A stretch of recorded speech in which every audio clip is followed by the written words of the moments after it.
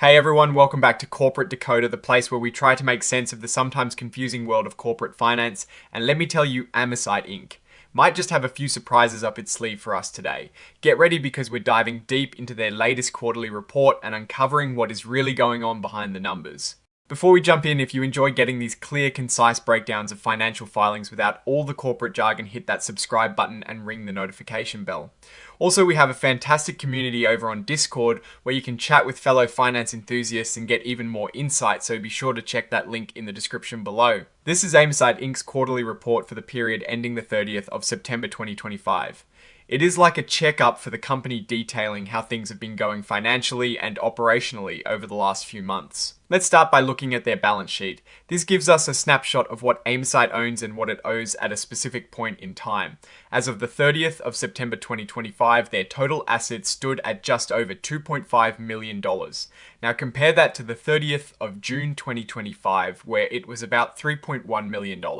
So there has been a noticeable decrease in their assets. On the flip side, their total liabilities also went down from around $358,000 to about $427,000. An important thing to note is their retained earnings, which is essentially the company's accumulated profits or losses. It is a significant negative number, a deficit of over $42 million.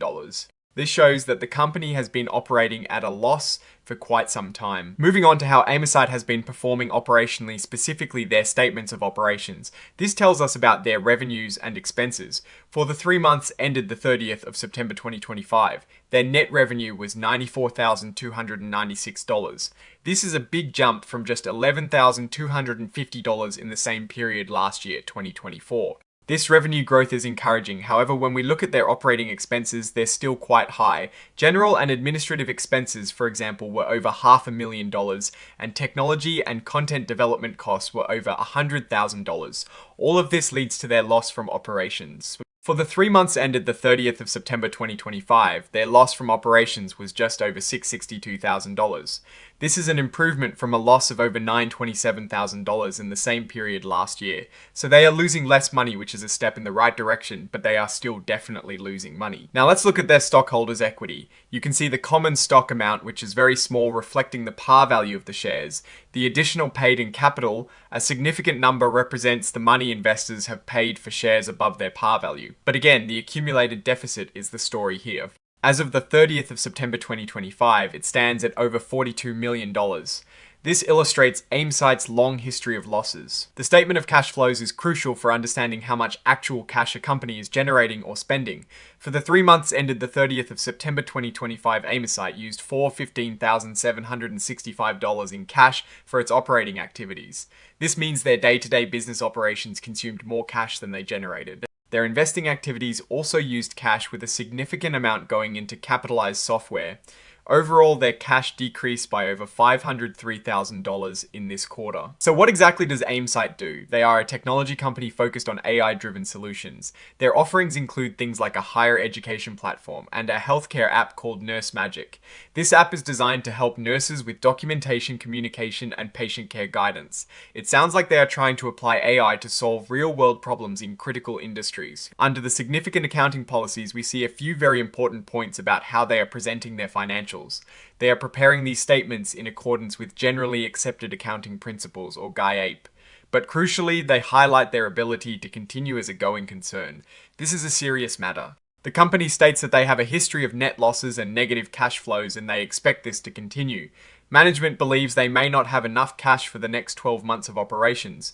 They are planning to raise cash through financing transactions, but this is subject to market conditions and is not guaranteed. This means there is substantial doubt about their ability to continue operating. Let's look at their cash situation more closely. As of the 30th of September 2025, they had about $1.9 million in cash equivalents and restricted cash. This is down from about $2.4 million in June. The restricted cash is essentially money pledged as collateral. A significant portion of their cash is invested in a short-term US Treasury fund, which is a move prioritizing liquidity and stability, which makes sense given their going concern issues. Amesite is investing heavily in software development. They capitalize costs, meaning they spread them out over time rather than expensing them all at once when they are incurred. This is common for software companies as they build out their technology. For the 3 months ended the 30th of September 2025, they capitalized over $87,000 in software. However, they also incurred significant amortization expense, which is essentially the cost of using that software over time. Looking at how they recognize revenue, it is based on contracts with customers.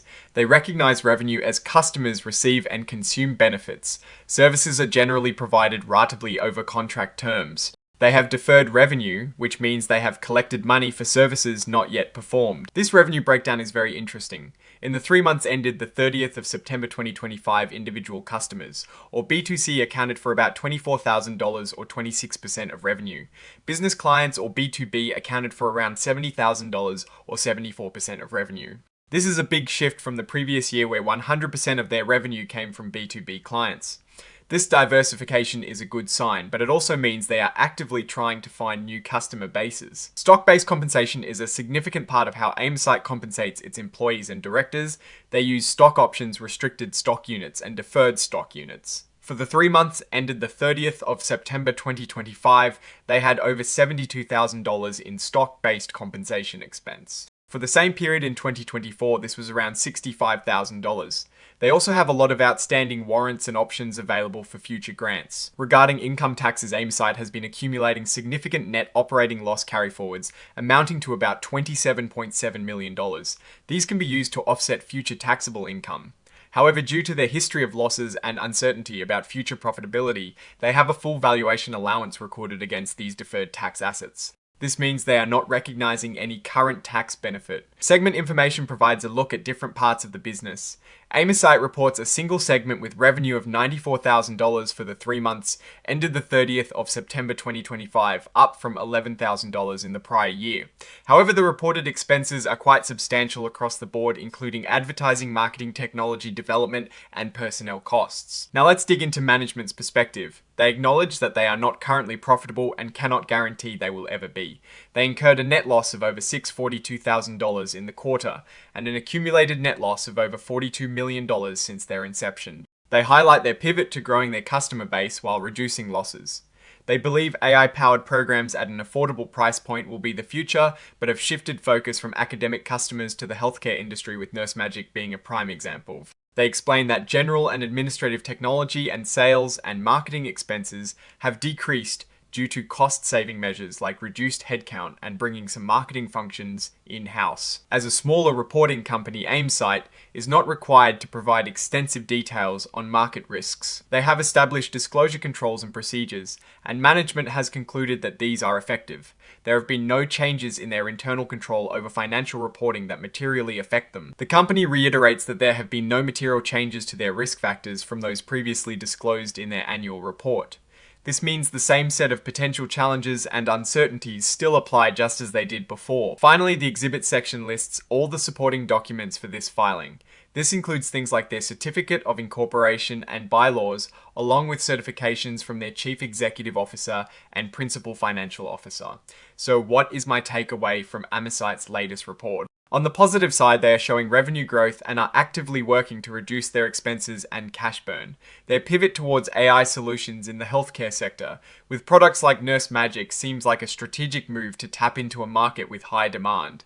However, the going concern warning is a very serious red flag. The fact that management itself expresses substantial doubt about the company's ability to continue operating in the short term is a significant risk.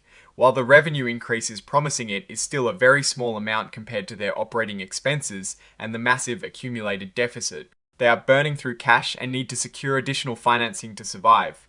The success of their future depends heavily on their ability to generate substantial revenue and achieve profitability quickly while managing these ongoing financial challenges.